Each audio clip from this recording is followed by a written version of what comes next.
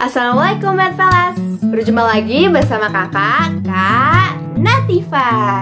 Pada kesempatan kali ini kakak akan membahas tentang persamaan fungsi kuadrat. Nah, daripada makin penasaran, mending simak baik-baik materi yang berikut ini. Fungsi kuadrat merupakan suatu persamaan dari variabel yang mempunyai pangkat tertinggi 2. Fungsi ini berkaitan dengan persamaan kuadrat, sehingga bentuk umum dari persamaan kuadrat itu adalah ax kuadrat tambah bx tambah c sama dengan 0. Sedangkan bentuk umum fungsi kuadrat itu fx sama dengan ax kuadrat tambah bx tambah c. Perbedaan dari persamaan kuadrat dengan fungsi kuadrat, jika persamaan kuadrat itu sama dengan 0, maka fungsi kuadrat itu namanya juga fungsi ya. Jadi fx sama dengan ax kuadrat tambah bx tambah c. Sama dengan 0-nya diganti menjadi fx sama dengan. Syarat dari fungsi kuadrat ini, nilai koefisien x kuadrat atau a-nya ini tidak boleh sama dengan 0. Karena apabila nilai a-nya ini sama dengan 0, maka akan membentuk y sama dengan bx tambah c. Ini merupakan persamaan garis atau fungsi linier. Kemudian koefisien x kuadrat dan koefisien x maupun konstantanya ini, nilai a, b, c-nya ini merupakan bilangan real. Oke, selanjutnya dalam persamaan kuadrat, biasanya teman-teman ketika menemukan soal yang nanti akan ditanyakan akar-akar dari persamaan kuadrat tersebut.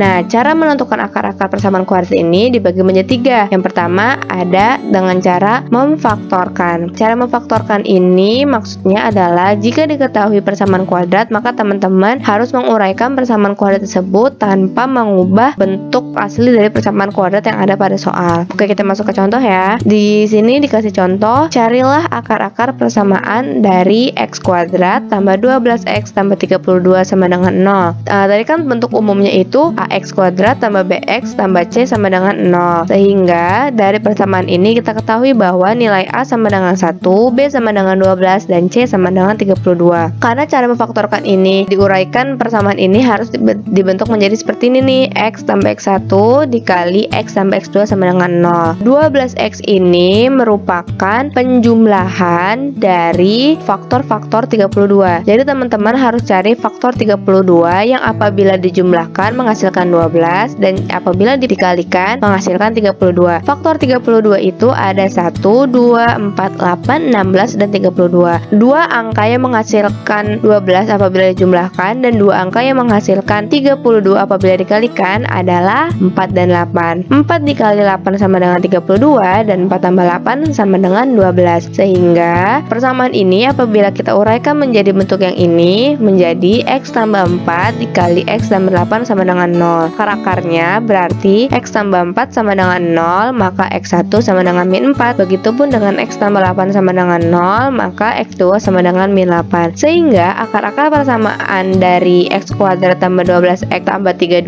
sama dengan 0 adalah x1 sama dengan min 4 atau x2 sama dengan min 8. Cara membentuk persamaan kuadrat apabila diketahui akar-akarnya terlebih dahulu nih, bukan persamaannya terlebih dahulu. Karena tadi bentuk awalnya itu x tambah x1 dikali x tambah x2 sama dengan 0, maka akan membentuk persamaan baru, yaitu x kuadrat min x1 tambah x2 dikali x ditambah x1 kali x2 sama dengan 0. Oke, selanjutnya cara menentukan akar-akar persamaan kuadrat ini dengan menggunakan rumus ABC. Rumus ABC ini kita rumuskan dengan min B plus minus akar B kuadrat min 4AC per 2A. Oke, kita masuk aja ke contoh soal biar teman-teman paham. Carilah akar-akar persamaan x kuadrat min 6x tambah 8 sama dengan 0. Nah, dari persamaan ini kita bisa ketahui bahwa nilai A sama dengan 1, B sama dengan min 6, dan C sama dengan 8. Karena persamaan ini tidak bisa kita faktorkan, maka kita bisa menggunakan rumus ABC. Oke, masukkan ke dalam rumusnya tadi yang ini, B diganti jadi min 6, terus plus minus akar B kuadrat min 4 dikali A nya itu 1,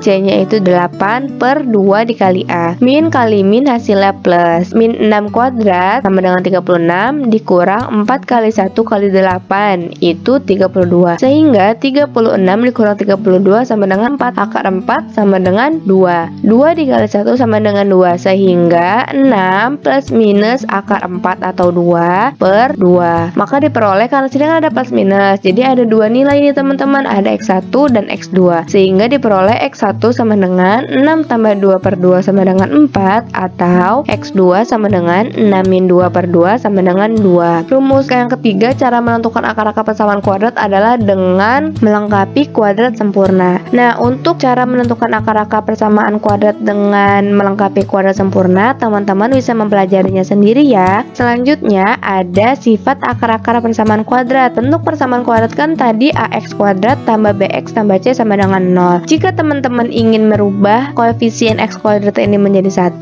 maka koefisien x kuadrat ini kan tadinya masih a, kita ganti menjadi 1, yaitu a dibagi a. Maka akan memperoleh ax kuadrat tambah bx tambah c sama dengan 0 dibagi dengan a. Nanti didapat x kuadrat ditambah b per a dikali x tambah c per a. Koefisien dari x yang semulanya adalah b, ketika dibagi a akan menjadi b per a, dan konstanta c ini dibagi a menjadi c per a. Tadi di awal ada bentuk baru dari persamaan kuadrat yang semula ax kuadrat tambah bx tambah c, persamaan barunya menjadi x kuadrat min x1 tambah x2 dikali x tambah x1 dikali x2 sama dengan 0. Jika teman-teman perhatikan, bentuk persamaan kuadrat yang baru ini hampir sama atau serupa dengan persamaan yang ini, x kuadrat tambah b per a kali x tambah c per a sama dengan 0. Nah, jika di sini koefisien x-nya itu x1 tambah x2, sedangkan di sini koefisien x-nya itu b per a, maka kita dapat mengetahui bahwa apabila ditanya jumlah akar-akar, berarti x1 tambah x2 dapat dirumuskan dengan b per a. Kemudian konstanta c di sini diganti dengan x1 kali x2 atau perkalian akar-akar, maka dapat dicari dengan c per a. Sehingga apabila pada soal ditanya hasil kali akar-akar suatu persamaan, teman-teman dapat mencarinya dengan rumus c per a. Next, di sini kakak membuatkan tabel nih pengelompokan syarat dan model persamaan kuadrat yang lainnya beserta dengan ketentuan dan akar-akarnya. Nah, teman-teman bisa mempause video ini untuk mempelajarinya lebih lanjut dan mencatatnya pada buku catatan masing-masing. Selanjutnya ada materi grafik fungsi kuadrat. Pada fungsi kuadrat biasanya di soal itu akan berkaitan dengan grafik. Nah, grafik dari fungsi kuadrat ini berupa parabola. Untuk mempermudah teman-teman dalam mengetahui jenis-jenis grafik yang akan dihasilkan dari suatu fungsi kuadrat, maka kakak mengkelompokkannya menjadi beberapa tabel seperti yang ada pada layar kalian. Di sini kakak kelompokkan dengan nilai A dan D. D itu adalah diskriminan. Ada yang ingat rumus diskriminan itu apa? Rumus diskriminan adalah B kuadrat min 4AC. Apabila nilai A pada suatu persamaan fungsi kuadrat itu A-nya lebih dari 0, maka grafiknya akan terbuka ke atas. Sedangkan jika nilai A-nya kurang dari 0, maka grafiknya akan terbuka ke bawah. Jika kita lihat dari nilai diskriminannya terbagi menjadi 3. D lebih dari 0, D sama dengan 0, dan D kurang dari 0. Apabila D-nya lebih dari 0, maka grafik dari fungsi kuadratnya ini akan memotong di 2 titik. Sedangkan jika sama dengan 0, akan memotong di 1 titik. Dan diskriminannya kurang dari 0, tidak memotong di titik manapun. Selanjutnya kita harus masuk ke contoh soal nih, biar teman-teman bisa lebih paham lagi. Sebelum masuk ke contoh soal, di sini kakak juga ada sedikit pengetahuan tambahan untuk teman-teman. Posisi titik puncak terhadap sumbu Y dan juga titik potong sumbu Y pada grafik fungsi kuadrat. Untuk mengetahui titik puncak, apabila nilai A dikali B lebih dari 0, maka titik puncaknya berada di sebelah kiri sumbu Y, ada di sebelah sini.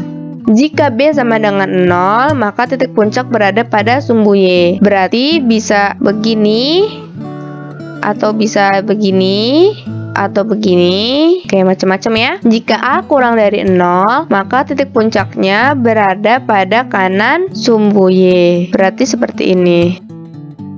Untuk titik potong sumbu Y, grafik fungsi kuadrat dilihat dari nilai konstantanya. Jika nilai C lebih dari 0, berarti memotong sumbu Y positif. Sumbu Y positif itu kan berada di atas, berarti di sini.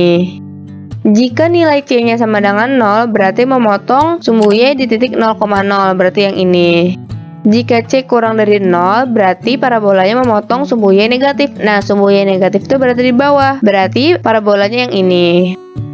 Selanjutnya masuk ke contoh soal. Gambarlah grafik fungsi kuadrat X sama dengan X kuadrat tambah 6X tambah 5. Langkah pertama, teman-teman harus mengklasifikasikan atau menentukan nilai A, B, dan C-nya. Dari soal diketahui bahwa nilai A sama dengan 1, B sama dengan 6, dan C sama dengan 5. Kemudian langkah kedua, teman-teman harus menentukan nilai diskriminannya. Kenapa menentukan nilai diskriminan? Supaya teman-teman tahu nih grafik dari soal tersebut membuka ke atas atau membuka ke bawah. Tadi kan sudah disebutkan rumus diskriminan adalah B kuadrat min 4AC. Kita masukkan komponen-komponennya A, B, dan C-nya ke dalam rumus diskriminan. B kuadrat tadi B-nya adalah 6 dikurang 4 dikali AC, A-nya 1 dan C-nya 5, maka diperoleh 36 dikurang 20 sama dengan 16. 16 ini merupakan bilangan positif, sehingga nilai diskriminan dari fungsi kuadrat fx sama dengan x kuadrat tambah 6x tambah 5 lebih dari 0. Nah, selanjutnya langkah ketiga, teman-teman harus mencari titik potongnya nih. Kira-kira grafik dari persamaan fungsi kuadrat ini memiliki titik potongnya di titik berapa? Dengan cara memfaktorkan, di mana fx di sini itu sama dengan y nih teman-teman. Nah, nilai y-nya di sini kita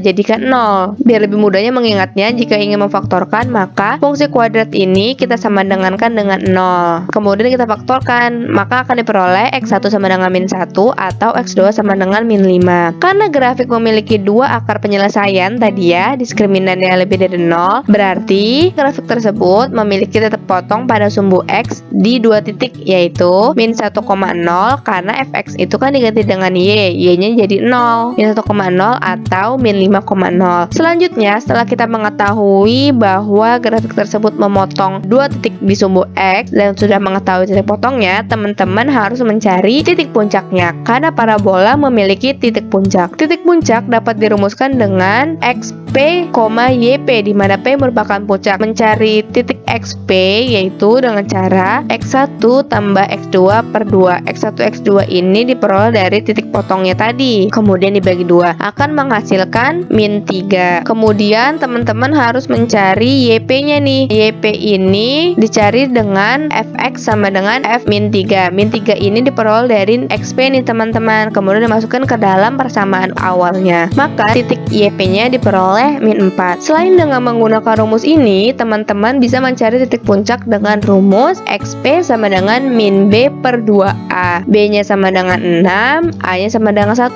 sehingga min 6 dibagi 2 sama dengan min 3. Yp dengan rumus min d per 4a. D itu diskriminan B kuadrat min 4ac per 4a dikali min, sehingga nanti hasilnya juga sama nih. Diskriminannya kan tadi 16, a-nya 1, 4 dikali 1 4, berarti min 16 dibagi 4 sama dengan min 4. Setelah teman-teman mencari titik puncaknya, teman-teman juga harus mencari sumbu simetrinya. Sumbu simetri itu sama dengan nilai dari xp, berarti sumbu simetri dari persamaan fungsi kuadrat ini adalah min 3. Setelah teman-teman mencari semua komponennya, maka akan diperoleh grafiknya seperti ini. Grafik fx sama dengan x kuadrat tambah 6x tambah 5 seperti ini. Dia akan memotong di titik min 5,0 dan min 1,0 dengan titik puncak min 3, min 4. Dan ini sumbu simetrinya. Maaf ya, kurang lurus. Kurang lebih seperti itu sumbu simetrinya. Alright,